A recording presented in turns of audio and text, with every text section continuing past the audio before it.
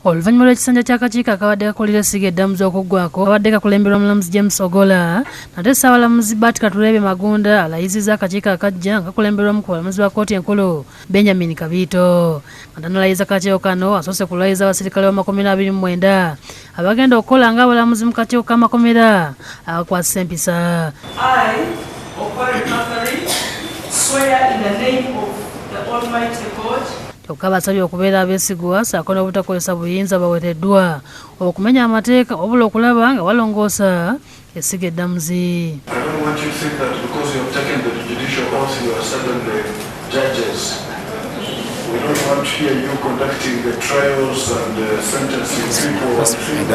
Victoria Nahemia omu ku bakulira abalayiziddwa ayogeddeko n'omusasi waffe ku bibasubirwamu. Bakubiriza kukozesa buyinza obwo bulungi ate si kulimba bantu nti ate kati ningo akulira kkooti esukkuluma tebafunye buyinza bwetwedda. Oluvannyuma babaddewo okulayiza abakakiiko aka Uganda Judicial Service Commission nga kano ke kalonda Ssaabalamuzi ssaako n'abalamuzi abalala ng'emikolo gyonna gibadde kkooti enkulu mu Kampala. Ssaabalamuzi asoose kulayiza akulira ekitongole kya Uganda Electricity Tribunal omujja nga ye Harriet Kamushaba.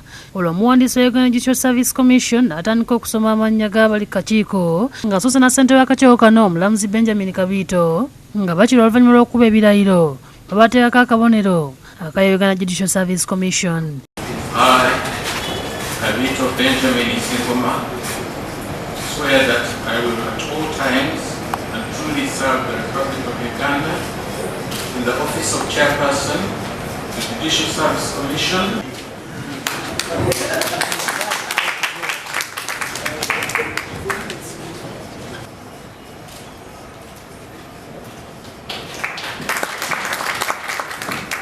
Henry Chemba ku lw'akakiiko akakadde ayozayozezza abalayiziddwa n'ategeeza nti bajja kubeerawo okubayambako.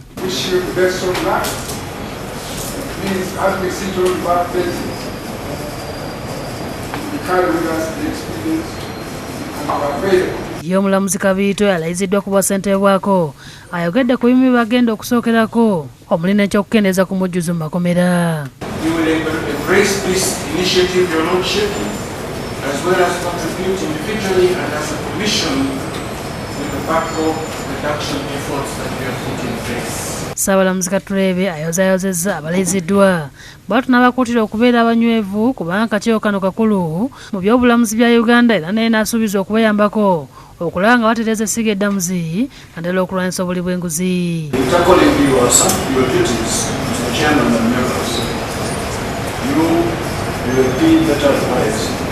Take greater scrutiny at whoever you are recommended.